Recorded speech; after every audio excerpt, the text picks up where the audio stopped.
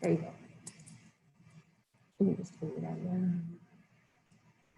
Yeah. And they can actually see you, but you can't see them right No, now. okay. So what happens is that it's actually not too much. And you let them know, right? Not add him. Yeah. Go ahead and exit out of that window. This one? Okay, we are live streaming now. You can go ahead and start recording. I already did. I did that before. Oh, are you recording it? Okay. Oh, at 6:30. I think it's 6:30.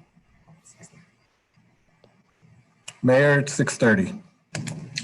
I call this meeting to order for September 8th, 2020. Will the clerk please call the roll? Mayor Richard Boss, Here. Mayor Pro Tem Nadia Sykes, Here. Commissioner Sharon McDonald, Here. Commissioner Josh Raridan, Here. Commissioner Susan, Here. Commissioner Dusty Wright, Here. Commissioner Jason Baldwin is absent. Assistant City Manager Hernandez, Here. City Attorney Patria Bengoshay. Here. The Deputy Clerk is present. Mr. Mayor, we have a quorum. Thank you, Rick. If everyone would please stand, we will have for the pledge of, the invocation, which will be given by Commissioner McDonald. And please remain standing for the pledge of allegiance, which will be led by Commissioner Payne. If everyone will stand.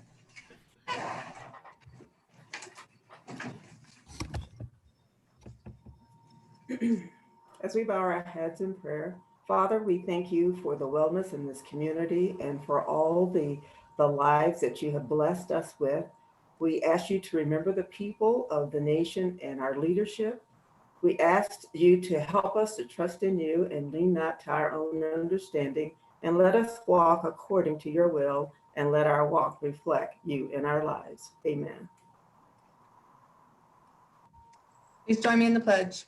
I pledge allegiance to the flag of the United States of America and to the republic for which it stands, one nation, under God, indivisible, with liberty and justice for all.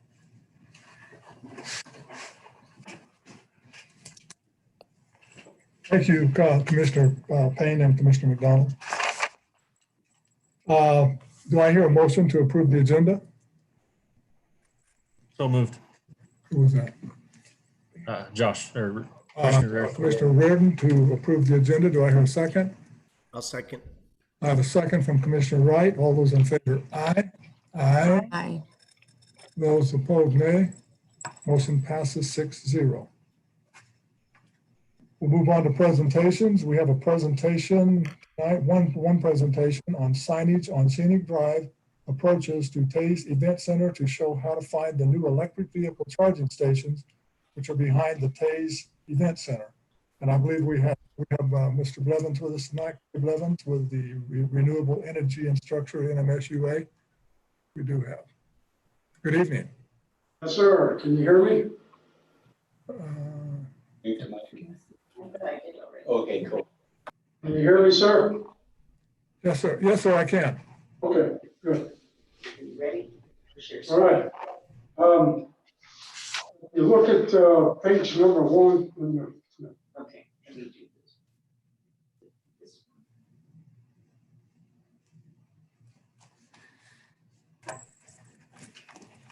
this. The presentation.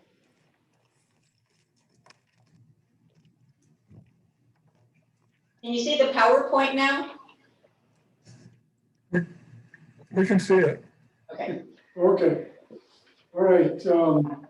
The very first page there, you're looking at the front of it is the actual charging stations themselves.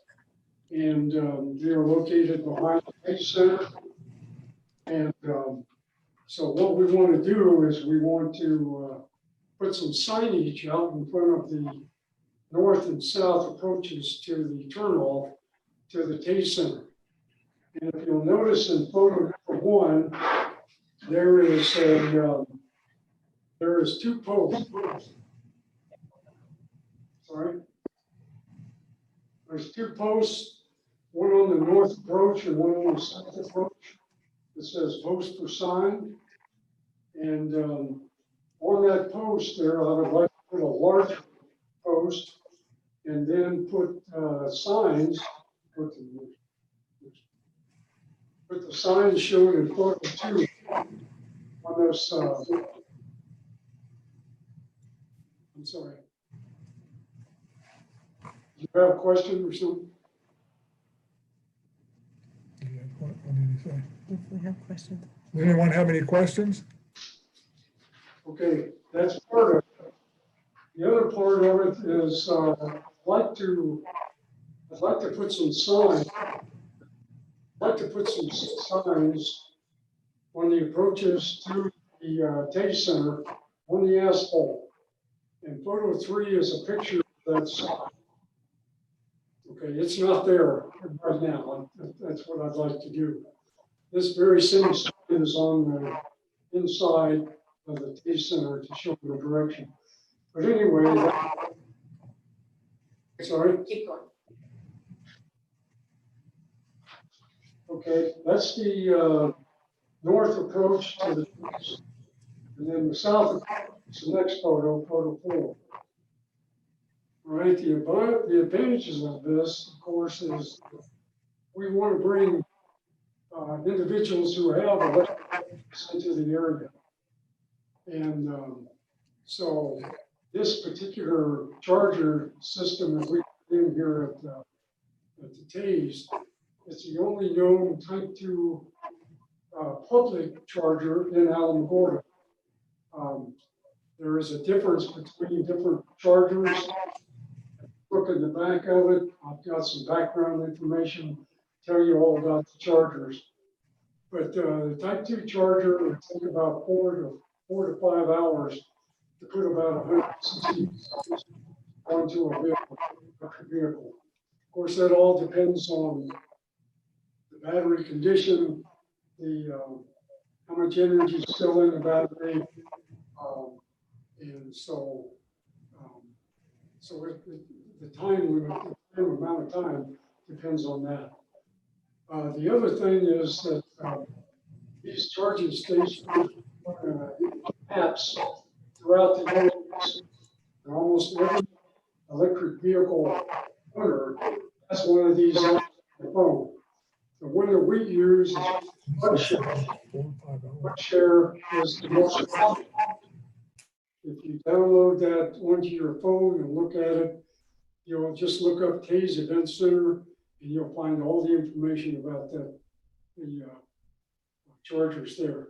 And then the third thing is it highlights the kind of training that's available here in the community college and the kind that most people don't know anything about. We train students in solar and wind energy and also installation and maintenance and electrical training as well. So this is all available right here at our community college right here in Alamogordo. Go to the next one. Okay, there are some disadvantages. Main disadvantages is approaches to the north and south. Tay Center is going to require cutting or blocking the traffic on the approaches to the Tay Center for about 2 hours while we paint that on the asphalt.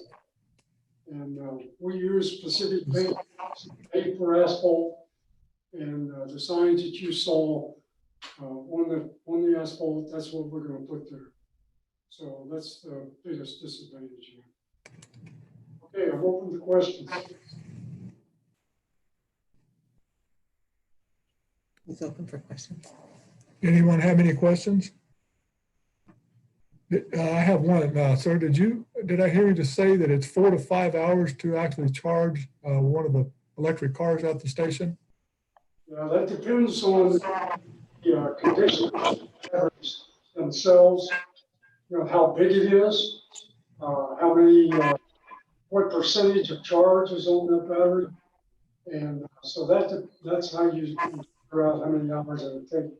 Typically, an electric vehicle owner will only let his vehicle go down about 30%. So at 30%, we can recharge it all the way up to 50% in 4 to 5 hours. When you park your car, where do you go? You don't stay there in the vehicle, do you? You can go wherever you like, just plug the vehicle in, but there are no amenities in the pay center. There's no bathrooms, there's no places to buy goodies or anything like that. Anyone else have any questions? Yes, Mayor, I have a question. Mayor Pro Tem Sykes? Mr. Blevins, this is really interesting. I was just curious about a couple things, and I may have missed it. I wasn't hearing really well. But where are the other charging stations in Alamogordo? The other charging stations are usually in the owner's house. If we have an owner here in town, they will have a charger at their house. Now, like I said, you need to, if you've got a copy of my presentation there, I have some background information. It talks about the different kinds of chargers. Do you want me to go into that a little bit? Well, my next question, kind of a follow-up, was I know there are a few electric cars here now, but do these chargers accommodate Teslas? Yes, they will. Tesla always provides to their owner a connector that allows them to connect to the standard connector, which we have on our chargers. Great. Yes. Thank you. Anyone else? If not, I want to thank you, Mr. Blevins, for your presentation. We appreciate it this evening. Okay, you're welcome, sir.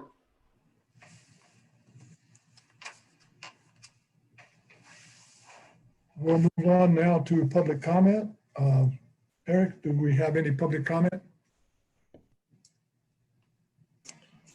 No, sir, there was no public comment. Thank you. Move on to the city manager's report, and I'm presuming that our assistant city manager will give that report.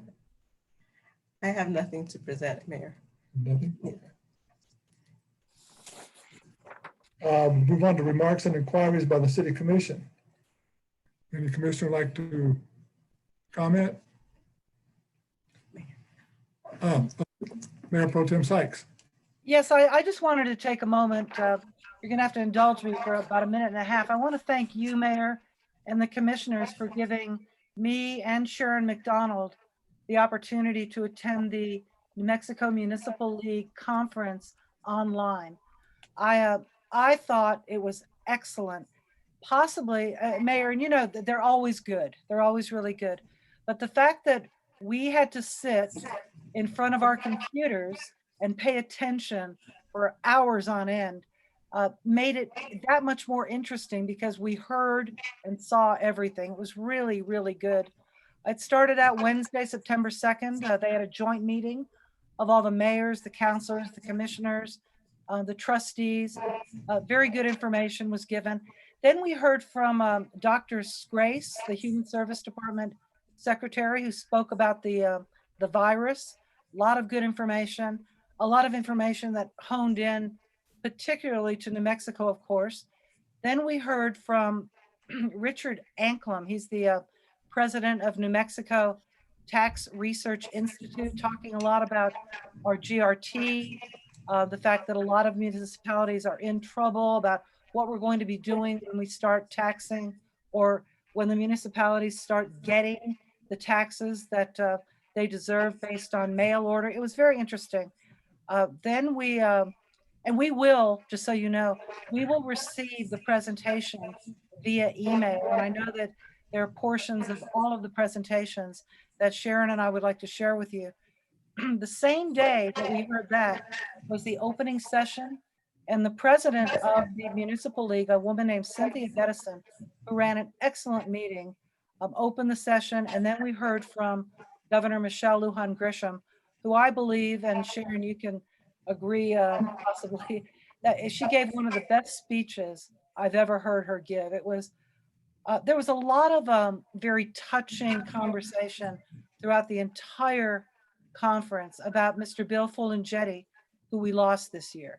He was with the Municipal League for almost 40 years. He was instrumental in providing the Municipal League with information about the legislature, anything to do with municipalities. So she spoke to that. After her, we got to hear Tim Eichenberg, who is the New Mexico State Treasurer, who told us about programs that the Treasurer's Department runs for the state, including a wonderful program for people who are disabled, who can now accumulate up to $15,000 in their savings accounts through some of the programs that he has implemented. Excuse me. It was really, really well done. The probably the best presentations were given during the closing ceremonies. We got to hear from former Governor Gary Carruthers, who is always entertaining, always informative. Then we heard from Howie Morales, the Lieutenant Governor, and each of them gave heartfelt testimonials to their friendship and their time with Mr. Fulangetti. After Howie, I shouldn't call him Howie, after we heard from the Lieutenant Governor, there was another presentation, but then Otero County was highlighted because Stephen Boyle, the Otero County tax assessor, was a keynote speaker. Gave a really nice presentation. A lot of the information that was given during these conferences are things that we don't hear about very often. So as a consequence, Sharon and I are pretty enthusiastic about sharing some of the information from the environmental department, the information from the who was that, Sharon? They gave out wonderful information about businesses moving to Alamogordo. I guess it was Alicia Key who gave that information, but we would like to share that with you at some point. But once again, I just want to thank you for the opportunity. The election went great. The new president of the New Mexico Municipal League is the mayor from Sunland Park. That's Javier Perea. And the rest of the officers are equally as capable as Javier. So I know the Municipal League is doing great things. I think that Sharon is also doing the NAMI course now, or getting ready to do it. So good for you, Sharon. But it went well, and we both appreciate the fact that we, by being elected the delegate and the alternate, were forced to sit through it, and it was great. So thank you. Thank you, both of you, for attending that for us, and thank you for your report on that too, Mayor Pro Tem Sykes. Any other comments from any of the commissioners?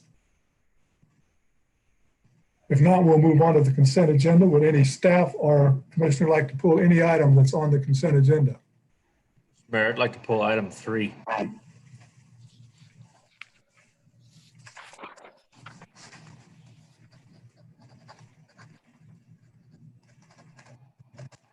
Item 3, consent agenda, was pulled by Commissioner Reardon. Any others?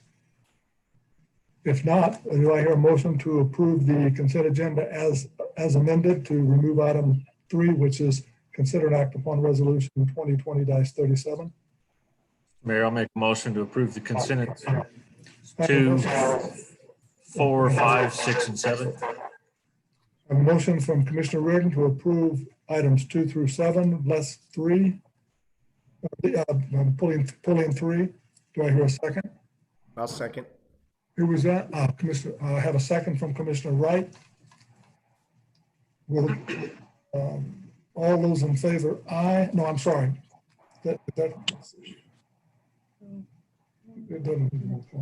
All those in favor, aye.